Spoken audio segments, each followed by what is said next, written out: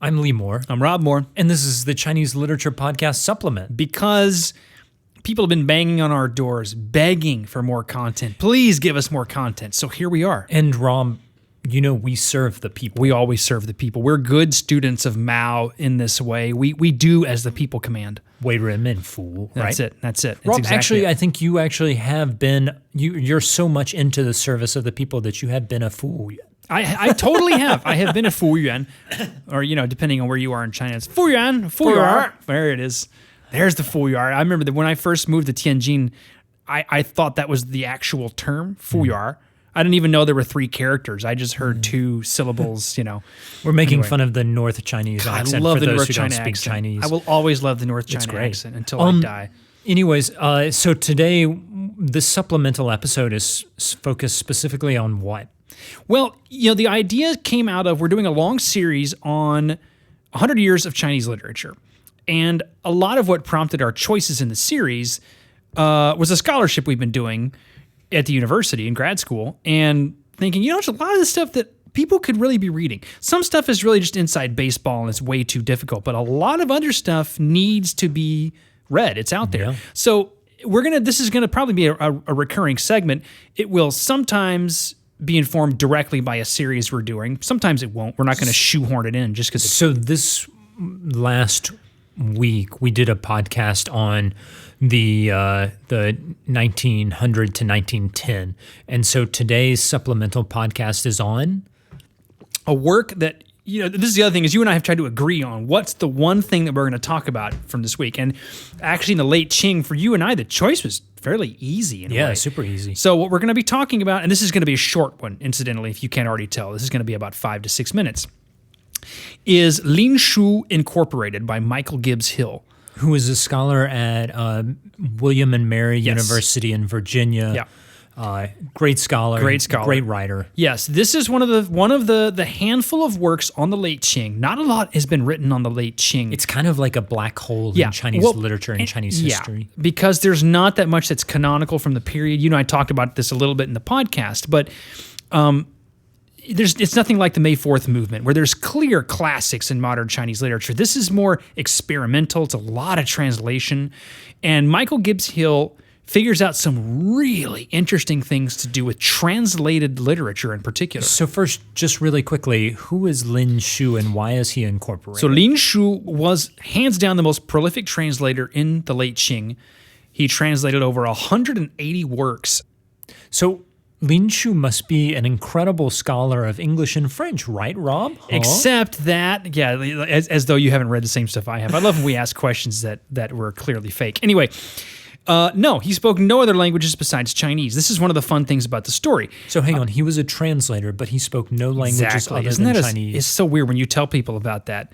But he practiced what's called tandem translation. So you have one person who does speak the language, but is not a great writer and is not very proficient in classical Chinese. So that person translates it into whatever kind of meh Chinese they can. And then Lin Shu takes the meh Chinese and translates it into great classical or semi-classical Chinese. So when we say classical Chinese, of course, we're talking about Wenyan Wen. Wenyan Wen, yeah. That's a better term, actually. And I think this is interesting, and Michael Gibbs-Hill, in his excellent work of scholarship, brings this out quite a bit. You have this element of style which gives authority. Like being able to write well in Wenyan Wen is kind of like the difference between writing a blog post and writing a book. Yes. In contemporary English, right? Like when you publish something that sounds like a blog post, it really loses a lot of its gravitas, its authority. Right. So what Lin Shu is doing is he's taking these translations and turning them from what's essentially a blog post to a work of scholarship, something that people who are smart can go, this guy knows what he's talking about, and it's completely unrelated to his capacity to like understand these things. But because you're speaking in this particular style, because you're writing in this particular style, it has gravitas. And it's not too big an exaggeration to say one of the biggest reasons why Western literature even arrives in China is through Lin Shu, because when you study stuff from this period, the translator that most scholars talk about first is Yan Fu, who translated T.H. Huxley in 1895. Did Darwin as well, right? Yes.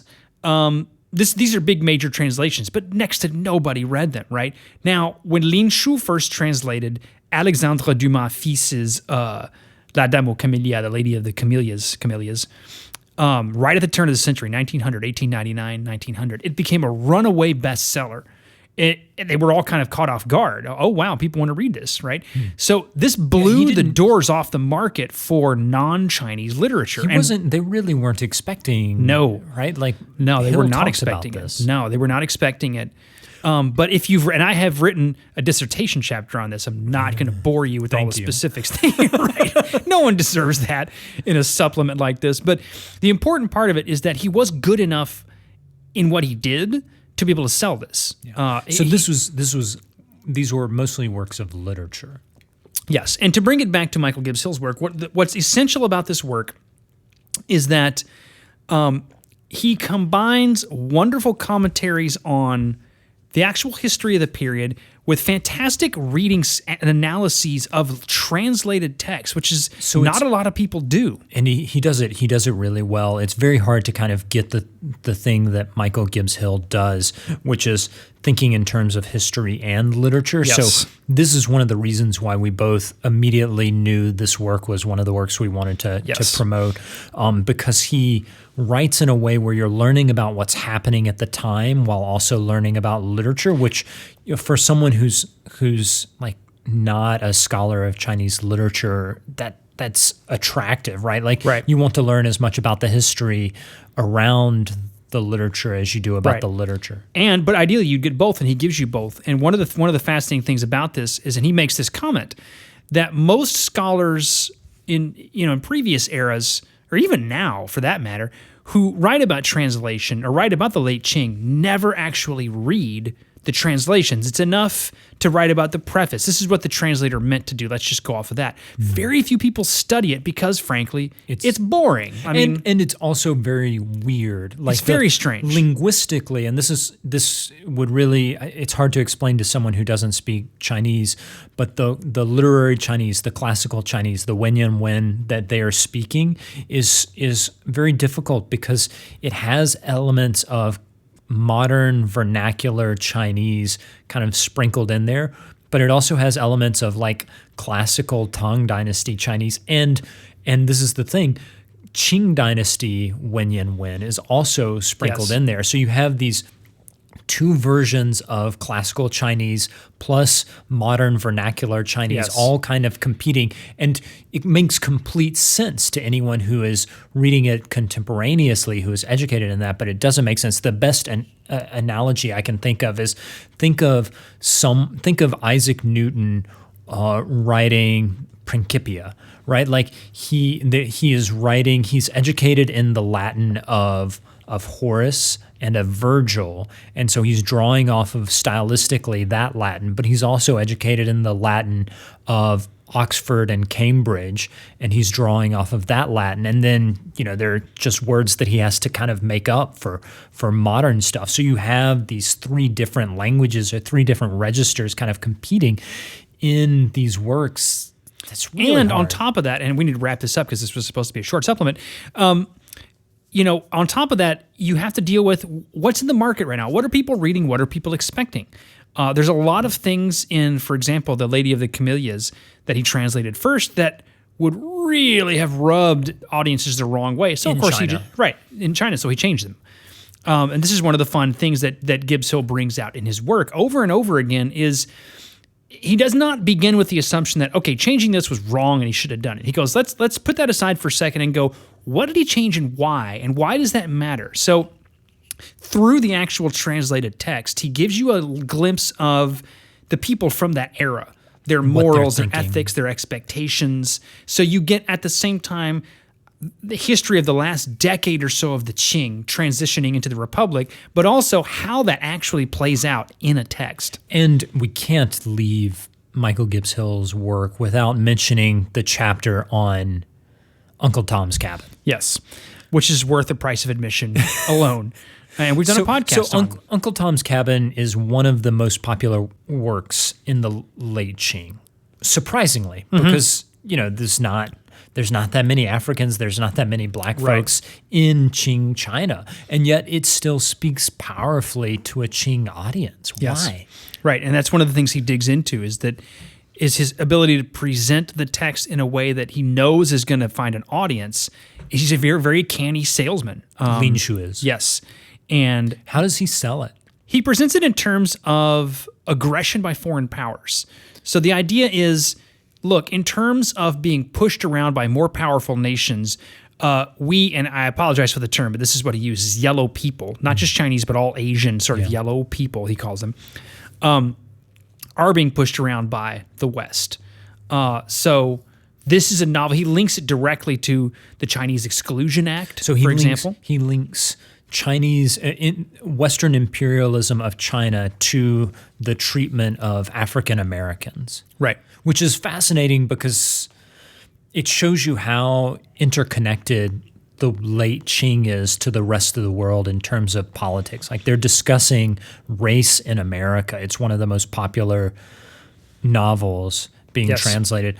And yet it's still also this really odd world where it's not actually connected in some ways. Like they completely have a false understanding of what's going on. But that doesn't matter because it says a lot about Qing China. Absolutely. And I'll make one final comment on this book.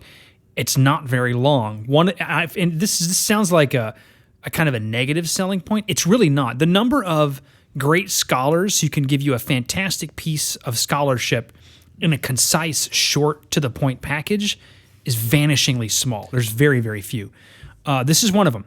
And we'll be talking about more in other supplements like this, but it'll engage you. You'll learn about it. You will not need to spend the entire calendar year reading it, which is huge. Paul de Silva, who wrote How to Write a Lot, says that one of the things that scholars find most challenging is to write a good scholarly piece short. Yes, and this is with great brevity. So this is the first in our supplement for good reason. It's an absolutely essential work on China. It's not only essential on China and learning about the late Qing, but it's also something you'll enjoy reading, even if you're a general reader. He's a great teacher. He's a great scholar. Yeah, definitely check it out.